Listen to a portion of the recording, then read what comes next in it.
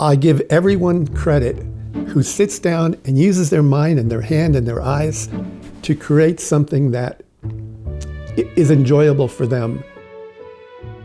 My name is Jim Beck. My legal name and my art name is James Goussois.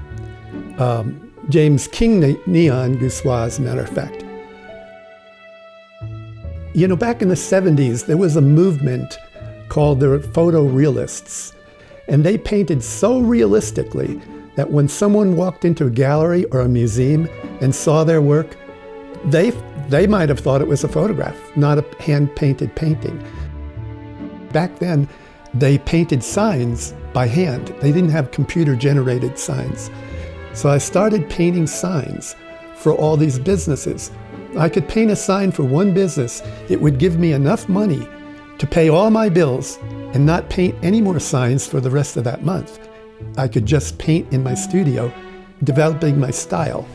So I got the brainstorm one time of, you know, these signs nowadays are really boring, but the signs from the 40s and the 50s were really exciting because you had the neon flashing arms and moving. And I said, you know what? Instead of painting signs for a business, I'm going to paint some of these old neon signs on canvas as fine art. And I painted about 4 of them, and I brought them to a gallery, and 2 galleries, the best galleries in Scottsdale, accepted my work on the same day. So that's how I got my start. So for years, I've been painting these old neon signs. And that's why my handle is King Neon. Since I had been doing these roadside neons, Harley-Davidson Corporation spotted my work, and they made me an officially licensed fine artist for Harley-Davidson. So this started out as a large painting. Harley-Davidson would print reproductions of it, and then they would send them to all their dealerships around the country and around the world. And these are just a couple I did for them. So that was a new direction for me. So lately, since 2022, I've been incorporating abstract along with realism in the same painting.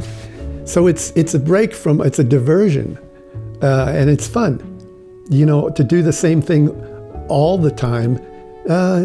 Although I've been successful at it, I'm really enjoying breaking away. This is from Caravaggio's painting, and this is a Jackson Pollock dribble painting from, he probably got popular during the 60s. This is a portrait of me in 1981.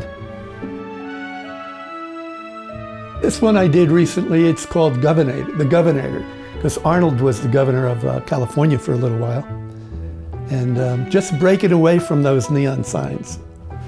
And I love it up here in the White Mountains. It's just, you know, an artist probably would do better if they lived in a big urban center like New York or San Francisco or LA. But if you eliminate and reduce all your expenses, you don't have to make as much money as if I lived in an expensive city. So that's been my course of action, my path I've taken since a young man. I was 25 when I built my first house. And I have a website, which is kingneonfineart.com. And I'm on Instagram, I'm on Facebook, and on Twitter. I'm also a musician. I played music all my life. I write. I'm an author. I published two novels. I'm writing my 3rd novel, and I published 1 nonfiction book.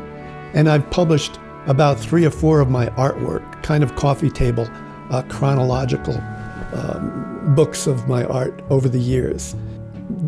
So I have more interest, but art is my heart. And that's where I started, and that's where I'll finish. I hope when I die, I have a paintbrush in my hand.